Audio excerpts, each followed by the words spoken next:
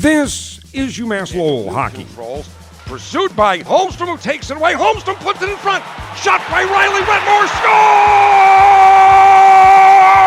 Riverhawks win! Riverhawks win! The story of UMass Lowell hockey is much like the story of the university. Small beginnings, great hopes and vision. Some significant successes, some frustrations, various obstacles to navigate, and ultimately growth and optimism, a belief in the future. What would become UMass Lowell started in downtown Lowell. The doors opened in February of 1897. 5 years later, in 1902, the Lowell Textile School would move into the newly constructed Southwick Hall on what is now the university's North Campus. It would be a while before the sport of hockey made its appearance. By the mid-1960s, hockey was a club sport on the campus of the thriving Lowell Tech, Lowell Technological Institute. In 1967, under the guidance of Richard Morrison, the sport achieved varsity status. 2 years later, Morrison was gone, Bill Riley was the coach, and nothing would ever again be the same. Morrison had told Riley the program would never be a winner. Riley paid no attention and went about building what would become, in 10 years' time, the finest Division II program in the nation. Riley's early teams practiced outdoors on the frozen-over tennis courts behind the Costello Gymnasium and played its games at Skate 3 in Tingsboro. The Chiefs quickly earned a reputation as hard-nosed, gritty, tough, a blue-collar team. But there were some blue-chip players as well.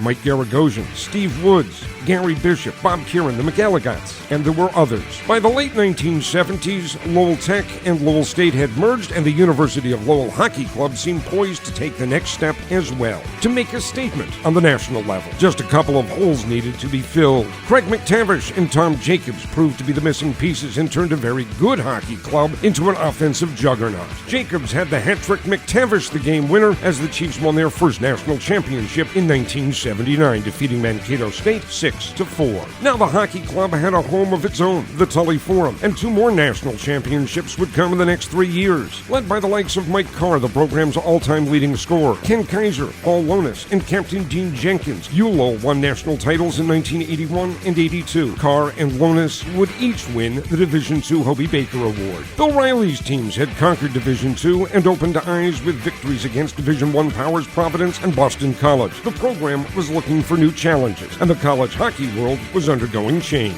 On September 28, 1983, the University of Lowell was admitted into a brand new Division I league. Hockey East was born, and the Chiefs were part of it. The going was not easy, but the club, with its in-your-face style of play, found itself at the Boston Garden in the Hockey East Final Four on a regular basis. And in 1988, the Chiefs earned a spot in the NCAA tournament. Chelmsford native John Morris was the centerpiece of that club. He remains Hockey East's all-time career leading scorer. It would not be until the mid-1990s before the hockey team, now representing the University of Massachusetts Lowell, would return to the NCAA tournament. In 1994, with Bruce Crowder behind the bench, UMass Lowell won 25 games and went to the Hockey East Championship game for the first time, and then to the NCAA tournament. They shocked Michigan State in the Spartans' own building before losing to Minnesota in double overtime. The team was led by goaltender Dwayne Rollison, the Hockey East Player of the Year and a Hobie Baker finalist. Shane Henry, Michael Murray, and Greg Bullock, the conference's Rookie of the Year, played key roles on that club as well. There were also some younger players, Jeff Daw, Christian Sabroka, and Brendan Kincannon. Those latter three, Daw, Sabroka, and Kincannon, along with Hockey East Rookie of the Year Greg Keeler and goaltender Marty Fillion, were key elements as the team, known as it is today as the Riverhawks, won 26 games and went back to the NCAA tournament in 1996.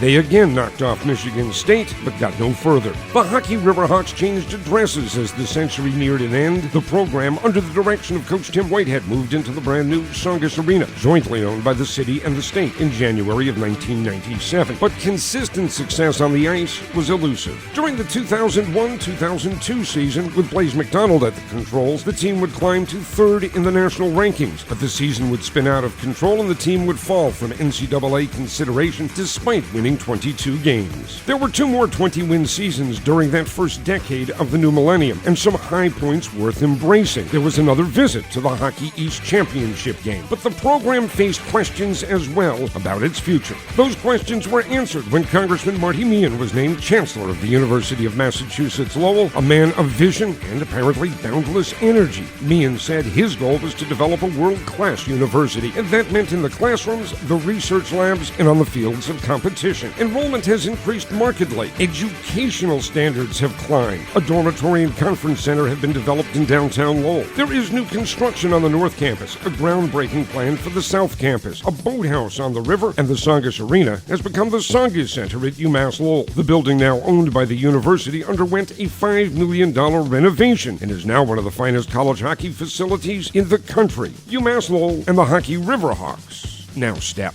into the future.